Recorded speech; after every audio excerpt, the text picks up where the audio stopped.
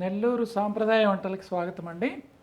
ఈరోజు మనము నూనె కాకరకాయ, నూనె వంకాయలాగే నూనె కాకరకాయ ఇది తయారు చేసుకోవడం ఎలాగో చూస్తాం. కాకరకాయలని ఇలా సగానికి కట్ చేసుకోవాలి. ఈ లోపల గింజల్ని తీసేయాలి. ఒక స్పూన్తో ఇలా తీసేస్తే వచ్చేస్తాయి. ఈ గింజల్ని తీసేయాలి. ఇలా తయారు చేసి పెట్టుకుని దీంట్లోకి ఒక ప్రత్యేకమైన కూర పొడి మనం ఆల్రెడీ చూసాము. నేను ఆ లింక్ కింద ఇస్తాను. ఆ లింక్ చూసి మీరు ఆ కూర పొడి ఎలా తయారు చేసుకోవాలో నేర్చుకోండి. అది దీంట్లో పెట్టాలి. అది ఇందులో ఎలా పెట్టాలి అనేది తర్వాత చూపిస్తాము. ఆ కూర పొడి మాత్రం ఒక లింక్ పెడతాను నేను. ఆ లింక్ను చూసి మళ్ళీ మా వీడియో పాతది అది చూడండి. చూస్తే మీకు అర్థమవుతుంది.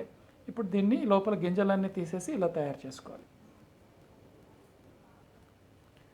ఇప్పుడు ఈ కాకరకాయల్లో ఇలా గింజలు మొత్తం తీసేసామండి. ఇలా ఉంది. ఈ మొత్తం కట్ చేయకూడదు, కొంచెం ఉంచి కట్ చేయాలి. చూడండి, ఈ కాకరకాయలన్నీ ఇలాగా కట్ చేసాము. ఈ లోపల మనము ఒక స్పెషల్గా తయారు చేసిన కూర పొడి పెడతాం. ఈ కూర పొడి చాలా టేస్టీ ఉంటుంది. దానివల్ల ఈ కాకరకాయకి మంచి రుచి వస్తుంది. ఇప్పుడు ఇక్కడ ఇదండి మనం తయారు చేసుకున్న కూర పొడి. ఇది చాలా తయారు చేసి మన ఇంట్లో స్టోర్ చేసుకుంటే ప్రతి కూరలోనూ వేసుకోవచ్చు. దీంట్లోకి కొంత మిరప్పొడి, ఇప్పుడు ఉప్పు కలపాలి. మనం ముందుగా తయారు చేసుకున్న ఈ కూర పొడిలోకి కారపొడి కూడా కలిపాం. కొంచెం మనకు రుచిని బట్టి మనకి ఎంత కారం తింటామో దాన్ని బట్టి కలుపుకోవచ్చు. తర్వాత ఇందులోకి కొద్దిగా ఉప్పు, కొంచెం ఉప్పు కూడా కలిపాం. ఇప్పుడు ఈ కారపొడి, ఉప్పు, ఈ కూర పొడి ఇదంతా ఇలా కలిపేసుకున్నాము. ఉండలు లేకుండా మొత్తం ఇలా కలిపేసుకుని పూర్తిగా బాగా మిక్స్ చేసుకున్నాం. ఈ బాగా కలిపేసుకున్న ఈ 3 పొడులలోకి కొంచెం 2 స్పూన్ల నూనె వేసుకుంటున్నాం. 2 స్పూన్ల నూనె అంటే కొంచెం ముద్దగా అవ్వటానికి.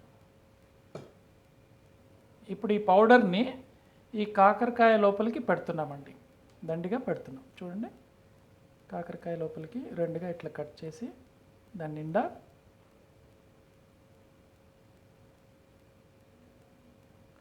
అలాగా అన్ని కాయల్లో మనం తయారు చేసుకోవాలి.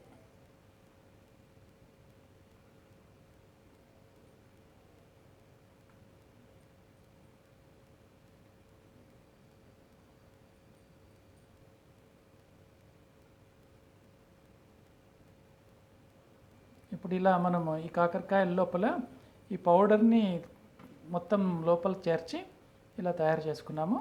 ఇది నూనెలో ఫ్రై చేసుకోవాలి. ఇప్పుడు బాణల్లో నూనె వేసాము. ఆ నూనెలో ఈ కాయల్ని ఇలా పెట్టేస్తున్నాం.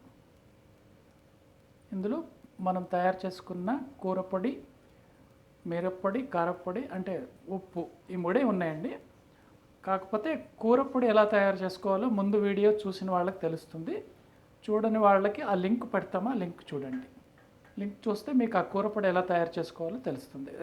మనం ఇంట్లో తయారు చేసి కొంచెం రిజర్వ్లో పెట్టుకుంటే ఎప్పుడైనా ఇలాంటి కూరలు ఏ కూర తయారు చేసినా ఆ పొడిని అందులో వేసుకోవచ్చు. ఇప్పుడు స్టవ్ మీద పెట్టి ఇది స్టవ్ అంటించిన తర్వాత దీని మీద నూనె, ఈ కాకరకాయల మీద నూనె వేయాలి. మొత్తం ఎక్కువ నూనె అవసరం లేదండి. కాకుంటే ఆ కాకరకాయలన్నీ ఈ నూనెలో ఫ్రై అవ్వటానికి వీలుగా ఎంత నూనె కావాలో అంత వేసుకోవచ్చు.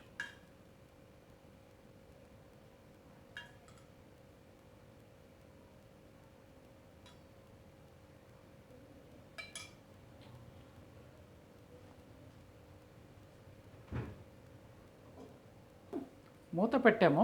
ఈ మూత పెట్టిన తర్వాత దీని మీద ఈ పైనున్న ప్లేట్లో నీళ్లు పోయాలి. ఇది తప్పనిసరి అండి.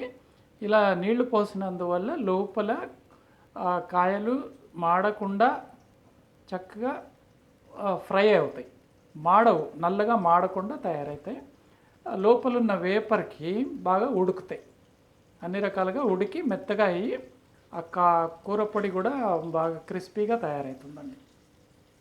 ఇలాగా ఒక 10 నిమిషాలు మధ్యలో ఒకసారి తీసి అటు ఇటు తిప్పుకోవాలి. ఇప్పుడు ఒకసారి తీసి కలుపుతామండి.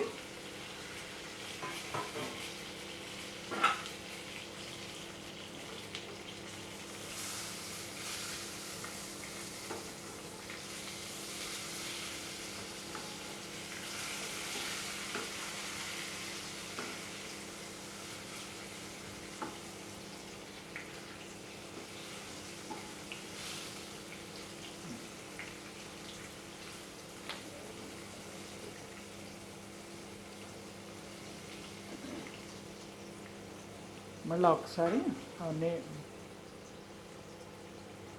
ఈ మూత పెట్టండి. చూడండి, ఇప్పుడు ఇలాగా చక్కగా మగ్గిపోయి బాగా రుచిగా తయారై ఉంటాయి.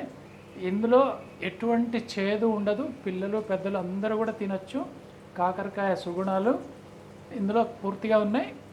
ఈ కారపొడి మనం వేసిన పొడి వల్ల చాలా రుచి వస్తుంది.